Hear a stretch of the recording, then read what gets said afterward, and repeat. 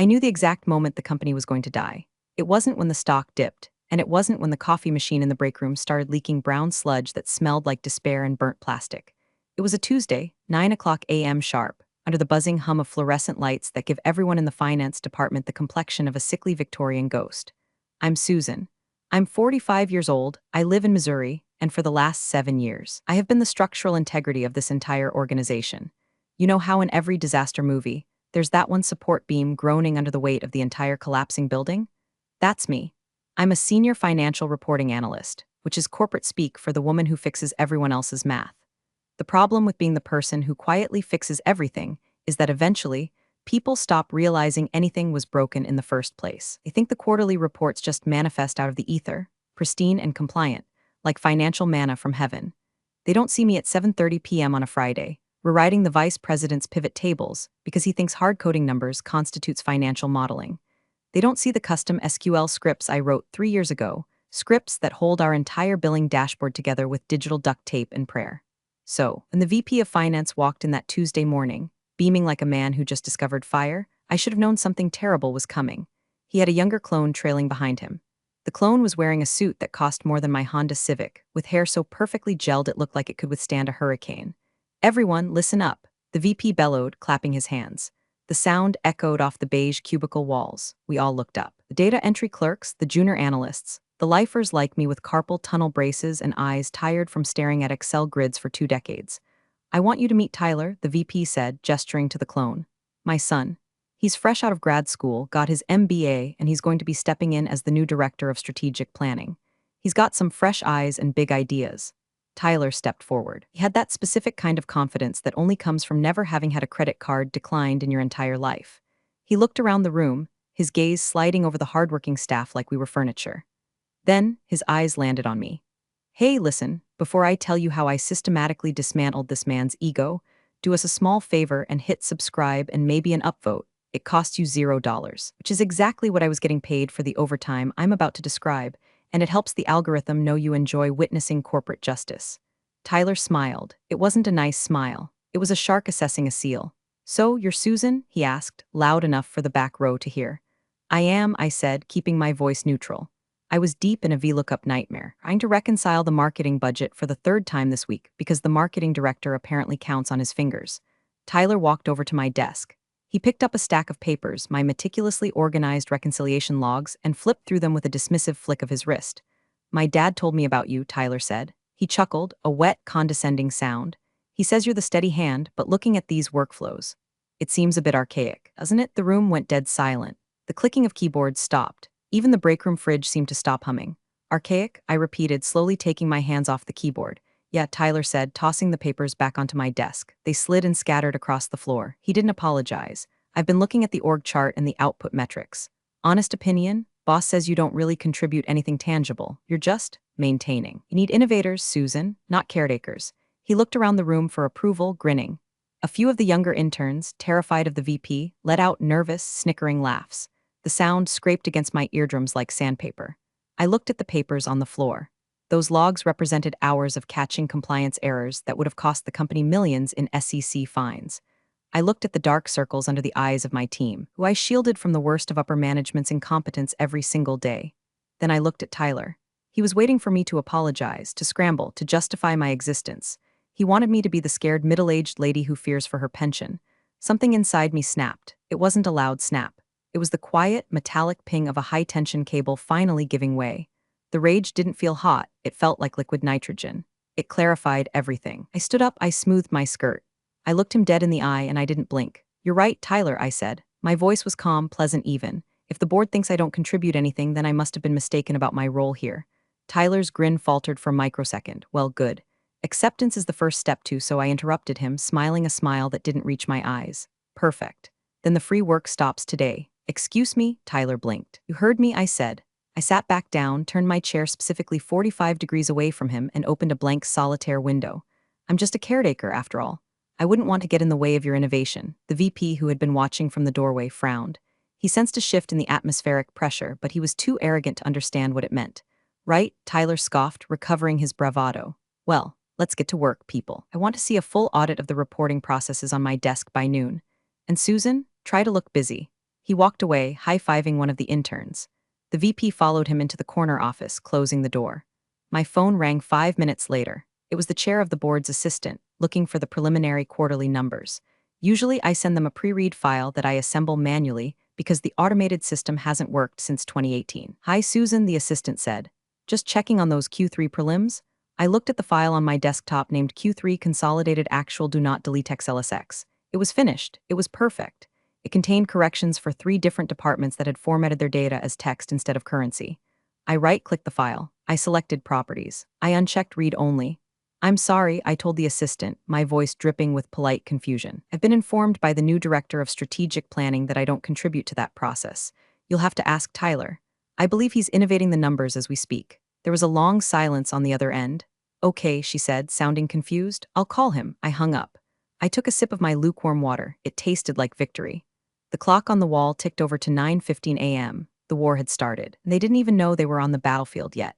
There's a specific kind of silence that falls over a workspace when you stop doing the things you aren't paid to do. It's not an immediate silence. It's more like the eerie quiet of a forest right before a thunderstorm breaks. For the rest of that week, I became the ghost they accused me of being. I showed up at exactly 8:30 a.m. I took my full, legally mandated 1-hour lunch break away from my desk, something I hadn't done since the Bush administration. And at 5 p.m. on the dot, I packed my bag and walked out the door. The first crack in the dam appeared on Wednesday afternoon. I was sitting at my desk, meticulously formatting a font size on a memo nobody would read, when Mark from sales walked up. Mark is a nice guy, but he thinks Excel is a type of energy drink. "Hey, Susan," Mark said, leaning on my cubicle wall. "Quick question. I'm trying to input the commission data for the Midwest region, but the dashboard is giving me that weird error again. The one with the spinning red circle? Usually you just do the thing with the code." He made wiggle fingers in the air, mimicking typing. "In the past, literally 2 days ago, I would have sighed, logged into the backend, cleared the cache in the SQL server that gets clogged every time Mark uploads a CSV file with commas in the wrong place. Fixed it in 3 minutes." I looked up at Mark. I gave him my best customer service smile. "Oh, that sounds frustrating, Mark," I said. "But Tyler is handling all strategic processes now. I'm just a caretaker. I wouldn't want to interfere with the new protocols." Mark blinked. "But Tyler doesn't know how to clear the cache. I'm sure he'll figure it out," I said cheerfully. "He has an MBA.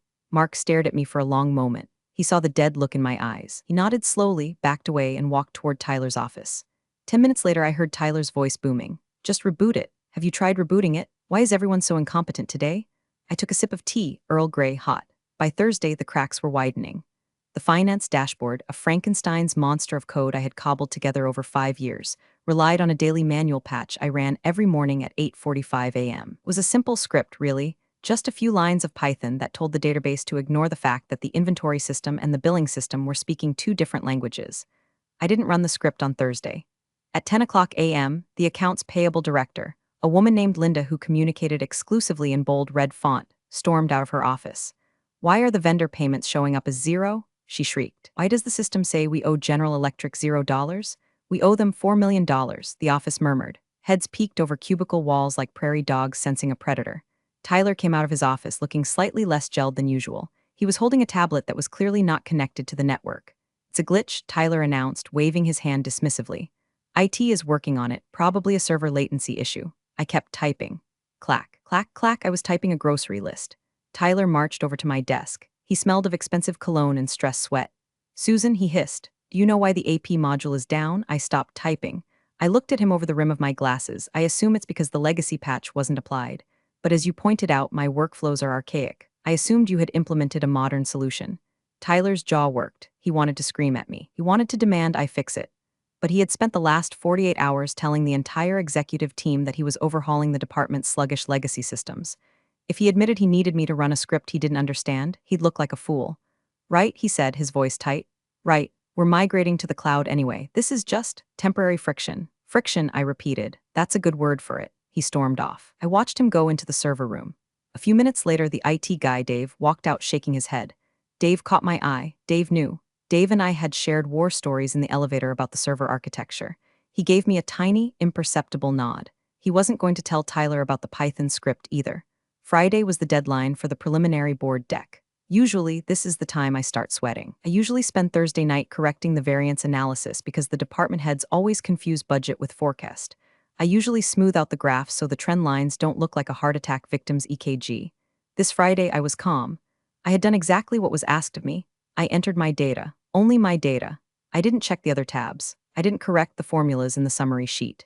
At 3 p.m., Tyler sent an email to the entire department. Subject, Q3 report finalized team, great work. I've compiled the final report. We're sending this to the board for review over the weekend.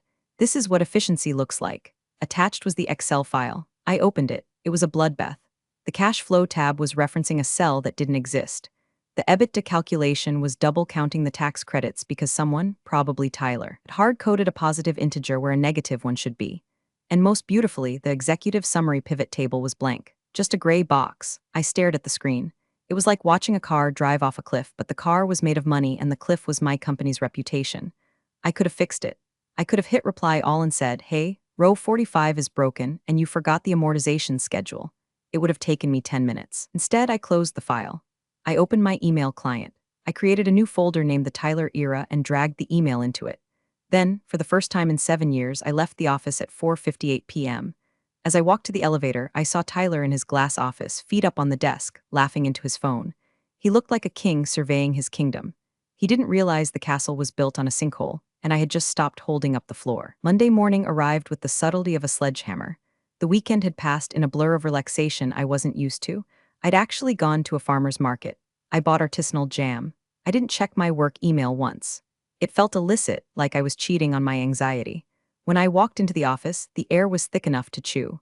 The silence from the previous week was gone, replaced by the frantic murmuring of people who know something is wrong but don't know who to blame yet. The quarterly reports, the ones Tyler had so proudly blasted out on Friday, had populated into the global system over the weekend. And now the dashboards were lighting up, but not in the good way. I sat at my desk and unlocked my computer. My inbox was flashing. 47 unread messages. That was low for Monday, which meant the people who usually asked me for help were either trying to solve it themselves or were too afraid to ask. I opened the main dashboard. The first thing I saw was the revenue by region chart. The East Coast bar was towering, reaching into the trillions. The West Coast was showing negative revenue, which, unless we had started paying customers to take our product, was impossible. It's a glitch. Tyler's voice rang out from the conference room. The door was open. He was pacing, phone pressed to his ear. I'm telling you, it's a display error. The underlying data is solid. I audited it myself. I took a sip of my coffee. It was bad office coffee, burnt and acidic, but today it tasted like nectar. Audited it himself, I whispered to my monitor. He highlighted the cells yellow. That's not an audit, Tyler. That's coloring. My desk phone rang. It was Brenda from Analytics. Brenda is one of the good ones, sharp, cynical. And tired? Susan, she whispered. She sounded like she was hiding under a desk. Are you seeing this? Seeing what, Brenda? I asked, keeping my voice loud enough for the passersby to hear. I'm just focused on my personal tasks today. The COGS calculation, Brenda hissed. Cost of goods sold. It's dividing by zero, Susan. The entire manufacturing tab is just hash div/0. Errors all the way down. I traced the formula. It's linking to a file on Tyler's desktop. A file we don't have access to. I suppressed a smile. Of course it was. Tyler had probably linked the master sheet to a local spreadsheet on his laptop, thinking it would update dynamically for everyone else. It's the rookie mistake to end all rookie mistakes. That sounds like an IT permission issue, I said smoothly. Have you tried putting in a ticket? Susan, Brenda pleaded. You know how to fix this. You just change the reference path to the shared drive.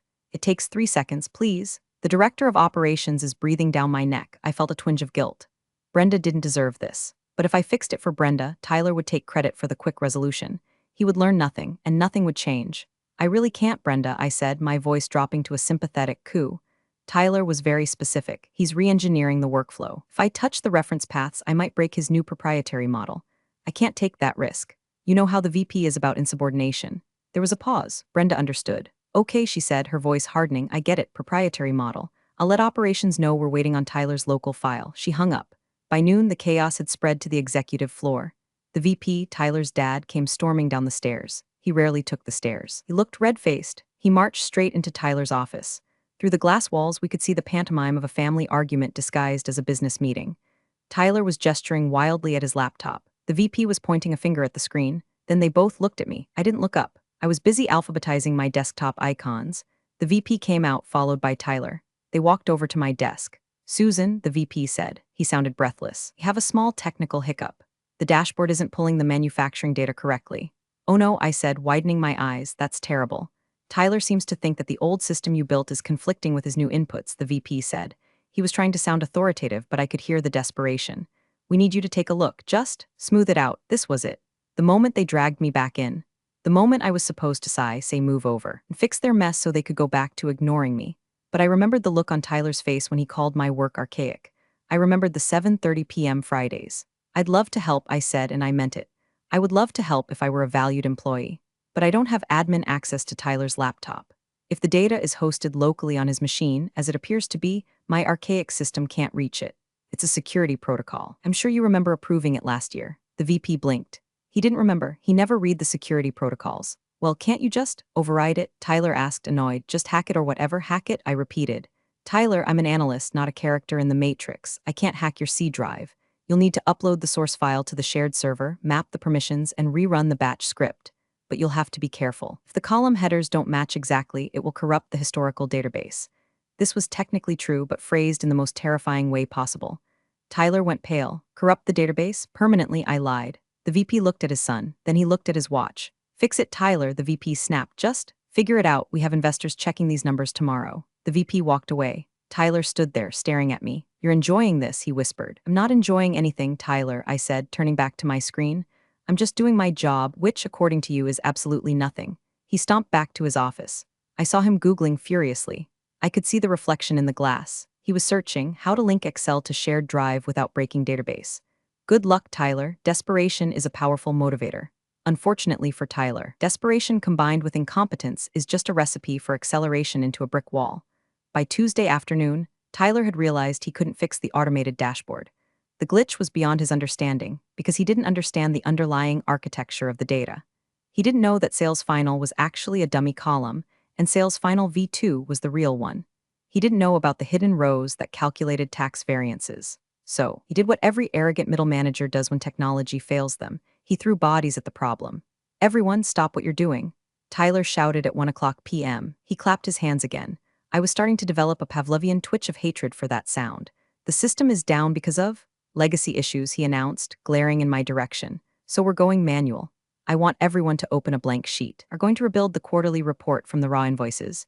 We're doing this the old-fashioned way. Hard work, grunt work. Let's show the board what we're made of. A collective groan rippled through the bullpen.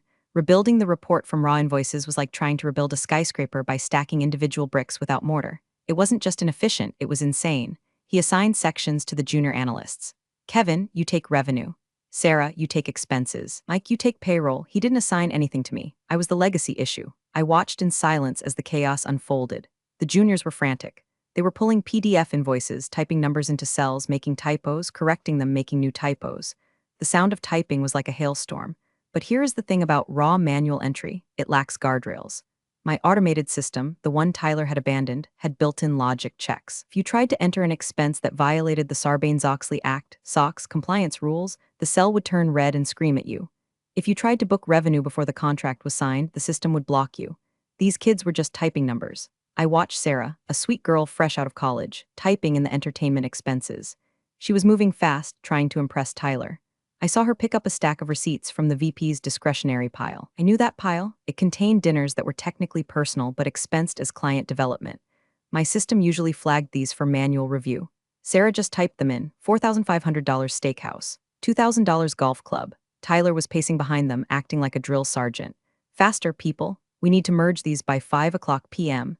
At 4:30 p.m., Tyler shouted, send me your sheets. He sat at his desk and began copying and pasting their work into a master file.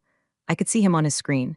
He wasn't checking formulas. He wasn't cross-referencing. He was just pasting values. Do you know what happens when you paste values without checking the formatting? You lose the audit trail. You lose the logic. You just have static numbers that say what you want them to say. At 5:15 p.m., Tyler stood up. He looked exhausted but triumphant. Done. He declared, printed and saved. I'm sending this to the board and the external auditors right now. He hit send. I heard the whoosh sound of the email leaving the building. I waited 1 minute. Then I opened my own email. I navigated to the sent items of the shared department inbox, which I still had access to because, again, nobody had revoked my permissions. I found the email. Subject, Q3 Final Financials Restated. Attached was the file, Q3 Master Manual Build XLSX. I downloaded it. I didn't open it immediately. Instead, I saved a copy to my local drive. I renamed it Non-Compliant Final Submission Evidence XLSX. Then I opened it. It was worse than I thought. It wasn't just bad math. It was illegal math. because they had manually entered the data, they had skipped the revenue recognition clause. They had booked revenue for contracts that weren't starting until Q4. That's a cardinal sin in accounting. It's fraud. It's go to jail fraud if you do it on purpose, and get fired immediately fraud if you do it by accident. And there, in the Approvals tab, was a digital signature. Approved by Tyler, last name Director of Strategic Planning. He hadn't even asked legal to review it. He was so desperate to prove he could fix the glitch that he had bypassed the one step that could have saved him. I stared at the screen.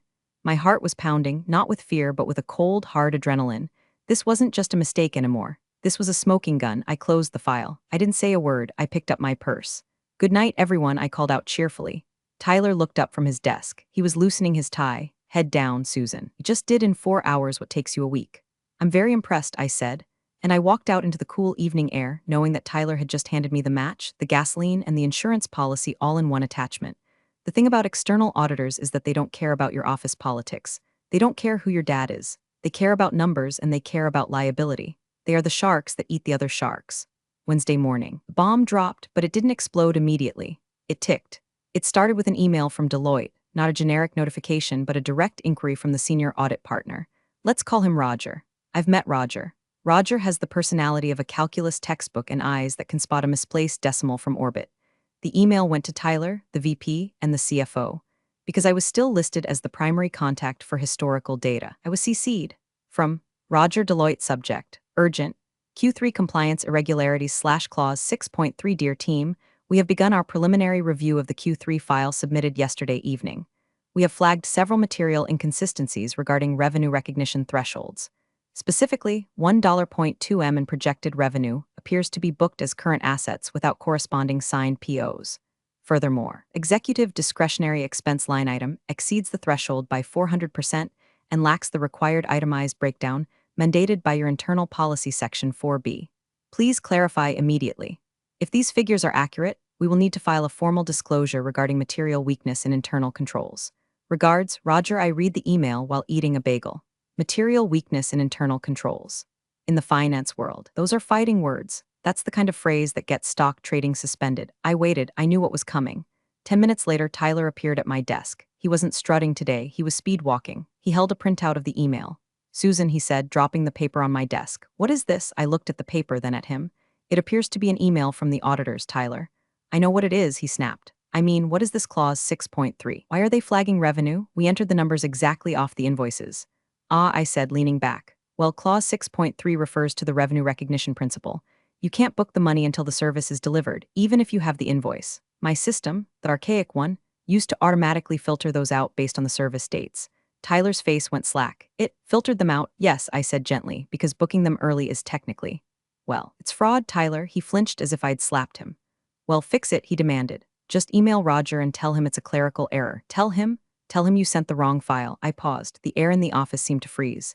"Tyler," I said, my voice dropping to a whisper, "I didn't send the file. You did. Your digital signature is on the cover page." He stared at me. He realized the trap he was in. If he admitted he didn't know the rules, he looked incompetent. If he blamed me, the metadata would prove him a liar. "I'm instructing you to handle this," he hissed. "You're the senior analyst. This is your job. Fix the numbers, resend the file, and smooth it over with Roger. Now." He turned to walk away, confident that his order was enough, but I wasn't done. I opened a new email. I addressed it to Roger. I CC'd Tyler, the VP, the CFO, and for good measure, the company's general counsel, legal department. Subject, urgent.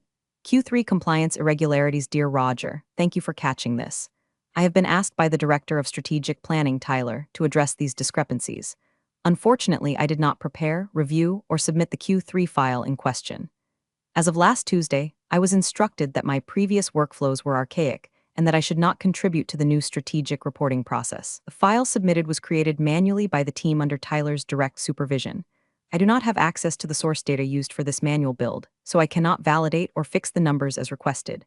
I defer to Tyler for the methodology used. Best, Susan. I hovered my mouse over the send button. I looked at Tyler, who was back in his office, frantically typing on his phone. I clicked send. The fallout was almost instantaneous. Within 3 minutes, the general counsel replied, "Stop all communications. Internal freeze on financial docs. Meeting in the boardroom." 10 mins. Tyler's phone rang. He looked at it, then looked at me through the glass. His face was the color of dirty snow. I smiled at him. A small, polite, terrifying smile. "You wanted to innovate, Tyler. You wanted to disrupt. Well, congratulations. Consider us disrupted. The boardroom meeting was closed door, but glass walls are a double-edged sword. They let you feel important when things are going well, and they put you on display like a zoo animal when you're being dissected. I watched from my desk. The VP, Tyler's dad, the CFO, the general counsel, and Tyler were all in there. There was a lot of arm waving. The VP was yelling. I could see the veins in his neck. Tyler was slumped in his chair, looking like a child who had broken a vase. My phone rang. It was the CFO's direct line. Susan. CFO said. His voice was tight, controlled panic. Can you come in here now? Certainly, I said. I grabbed my notepad. I grabbed the folder I had prepared. I walked into the boardroom. The silence was heavy. The air smelled of dry cleaning and fear. Susan, the VP started, his tone trying to be fatherly but landing somewhere near hostage negotiator. We have a situation. It seems there was a miscommunication regarding the report protocols. Tyler was under the impression you were reviewing his work. I looked at Tyler. He wouldn't meet my eyes. That's an interesting impression, I said calmly. Considering he told the entire department in front of witnesses that I don't contribute anything and that my work was archaic. The general counsel, a sharp woman named Veronica, looked up from her notes. He said that? He did, I said, and I respected his authority. I stepped back. Okay, the CFO interrupted. Point taken, but Susan, we are in a bind. Roger is threatening to qualify his audit opinion. We have the investor call tomorrow. We need you to fix the file. We need the real numbers. Do you have them? This was the pivot point. They were asking me to save them. If I said yes, I went back to being the invisible fixer. I'd be the janitor cleaning up the mess, and next week they'd forget I ever did it. I don't have the manual file Tyler created, I said slowly. Don't know what invoices he used. But you have your system, the VP pleaded. The legacy system, can't you just run it? I could, I said, but the legacy system requires a data inputs patch that hasn't been run in 10 days. It would take me at least 48 hours to reconcile the backlog. We don't have 48 hours, Tyler snapped. He suddenly found his voice. We have 12. You're sabotaging us on purpose. I turned to him. Sabotage, Tyler. You deleted the macros. You overwrote the validation rules. I checked the metadata on your submission file. I placed a piece of paper on the table. It was a screenshot of the file properties from the non-compliant final submission evidence XLSX file. See here, I pointed. Creation time, 4:45 p.m. Tuesday. Author, Tyler. Modification? None. You didn't even open the compliance check tab before you sent it. If you had, would have seen the red warning lights. Tyler stared at the paper. There's a compliance check tab? He whispered. Yes, I said. It was hidden because the junior analysts get confused by it, but any director would know how to unhide a sheet in Excel. The room went silent again. The incompetence was laid bare on the mahogany table. It wasn't just a mistake, it was laziness. Veronica, the general counsel, took off her glasses. If we present these numbers to the investors tomorrow, she said, and they are wrong, we are looking at an SEC investigation. If we don't present numbers, the stock tanks. She looked at me. Susan, she said, what is the third option? The third option, I said, is that you let me do my job. My actual job, not as a caretaker, but as the lead controller for this project. I need full admin access restored immediately. I need Tyler out of the system so he doesn't overwrite anything else. I need it in writing that I am cleaning up his mess. The VP bristled. Now, Susan, there's no need to make this about titles. It's not about titles, I said sharply. It's about liability. If I touch that file, I own it. And I'm not owning a file that has Tyler's fingerprints on it unless I have a paper trail that says I'm the cleaner, not the creator. The CFO looked at the VP. Do it. Give her the access. The VP looked at his son. Tyler looked defeated. Fine, the VP grunted. I'll need that in an email, I said. From you, copying HR, I stood up. I'll be at my desk, I said. I have a lot of work to do. I walked out. I didn't run. I didn't celebrate. I went to my desk, cracked my knuckles, and opened the real file, the one I had been secretly maintaining on my local drive for the last week, just in case. Because I'm not just a support beam. I'm the architect. I stayed until 3:00 a.m. I didn't mind. There was a rhythm to the work when I didn't have to fight incompetence at every turn. I scrubbed the data. I reconciled the accounts. I produced a Q3 report that was accurate, compliant, and unfortunately for the company, showed the true cost of Tyler's strategic initiatives, mostly wasted consulting fees. The next morning, the investor call was scheduled for 10:00 a.m. This wasn't just a conference call. It was a video summit with the major stakeholders. The lead investor was a man named Mr. Sterling. He represented the private equity firm that owned 40% of us. He was a man who smiled rarely and blinked even less. I wasn't invited to the meeting. I was just the mechanic who had fixed the engine. I sat at my desk, listening to the audio feed that was broadcast to the senior staff. Good morning, gentlemen. Mr. Sterling's voice came through the speakers, smooth like gravel under tires. I've reviewed the revised deck you sent over at 4:00 a.m. It looks significantly different from the version we saw 2 days ago. Yes, the VP's voice. He sounded tired. We found a clerical error in the initial data pull. We wanted to ensure absolute accuracy, so we restated the figures. A clerical error, Sterling repeated. That shifted the EBITDA by $3 million. It was a complex consolidation issue. Tyler chimed in. He sounded shaky, but he was trying to spin it. We're transitioning to a new dynamic reporting model. Growing pains. You know how it is with technology. Technology, Sterling said. His tone was flat, interesting. Because the metadata on this new file, the accurate one, says it was authored by Susan M. The previous file, the one with the illegal revenue recognition, was authored by Tyler VP's son. Silence on the line. I froze. Mr. Sterling checked metadata. God bless him. I want to understand, Sterling continued, his voice dropping an octave. Why is the dynamic reporting model producing fraud while Susan M. is producing accurate GOP financials? Who is leading this department? I am, the VP said quickly. Tyler is my director of strategy. And Susan? Sterling asked. She's a senior analyst, the VP stammered. She supports the team. Bring her in, Sterling said. Excuse me. Bring her into the room, Sterling commanded. Now, I want to hear from the person who actually knows how the money works. The door to the boardroom opened.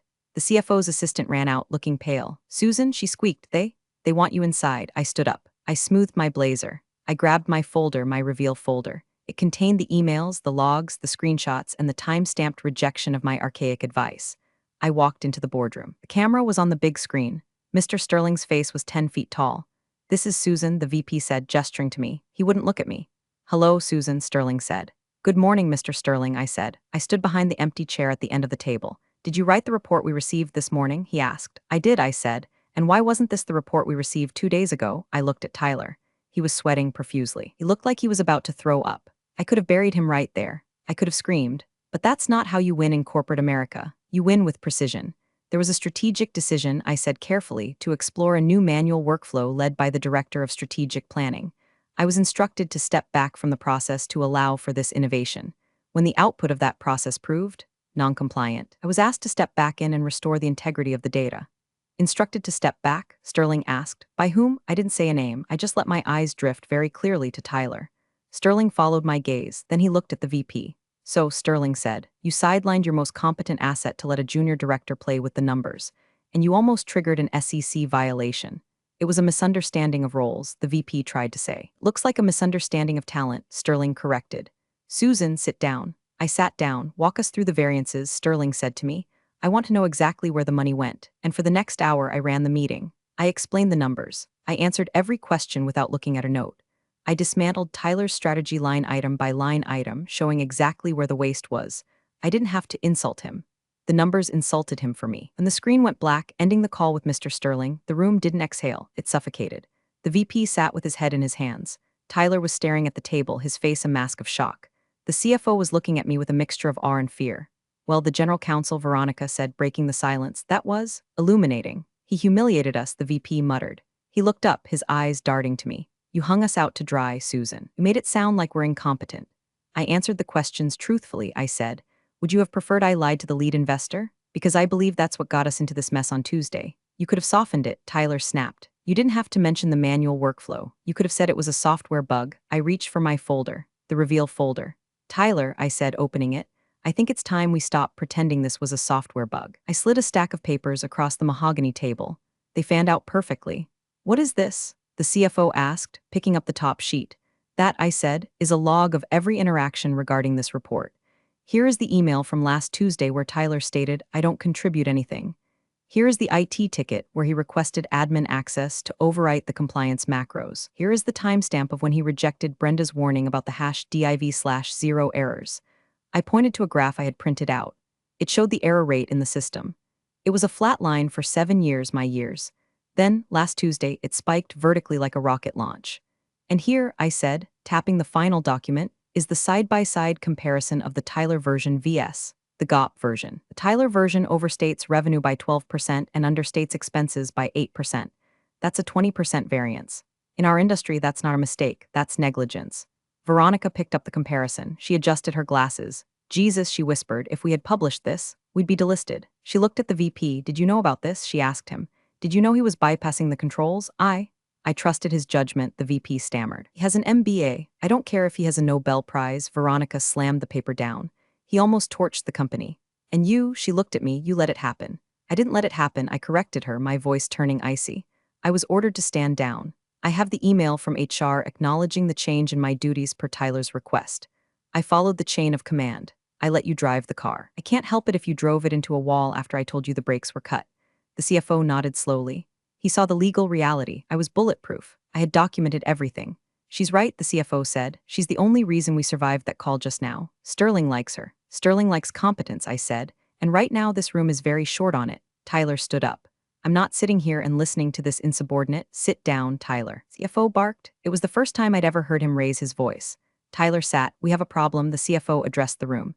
Sterling is going to ask for a follow-up next week. He's going to want to see the new controls. If Tyler is still the director of strategy, Sterling is going to pull his funding. The VP looked at his son. He looked at his pension. He made a calculation. We can reassign him, the VP said weakly.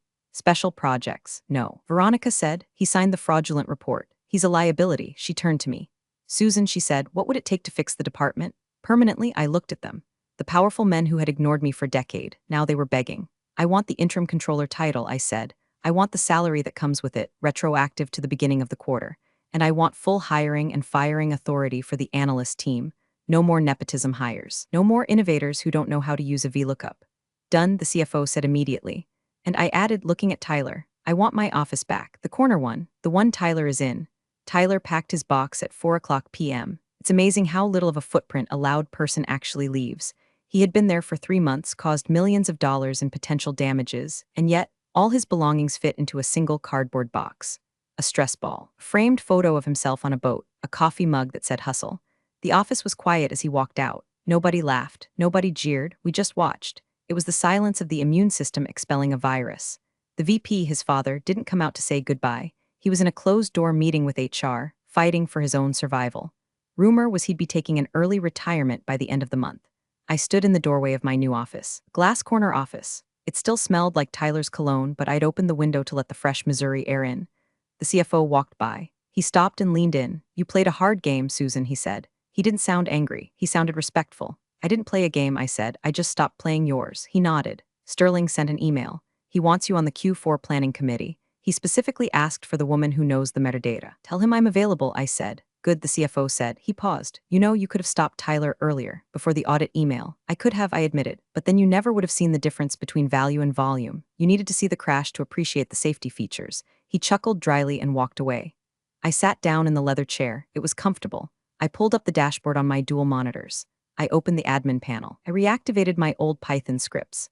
I relinked the shared drives. I turned the compliance macros back on. Across the floor, I heard the faint ping of notifications hitting inboxes. Hey, Mark from sales shouted from his cubicle. The dashboard works. The red circle is gone. Mine too, Brenda called out. The hash div/0 error is gone. It's showing the correct margin. A wave of relief washed over the finance floor. The machine was humming again. Numbers were right. The world made sense. I saw a file on the desktop that Tyler had left behind. It was labeled Strategic Vision V1, DocX. I dragged it to the trash bin, then I right-clicked the trash bin. Empty trash? I clicked yes. I leaned back, taking a sip of my tea. The sun was setting over the parking lot, casting a long, golden light across the gray carpet. I wasn't invisible anymore. I was the structural integrity. And for the first time in 7 years, the structure was sound. Next time, they'll check the metadata. But I have a feeling there won't be a next time. Not on my watch. Funny how the ones doing the least are always the loudest. They had no idea the quiet woman they mocked was the one holding the whole operation together. And when she stopped, everything collapsed exactly as it should have. Thanks for sticking around, and I'll see you in the next one.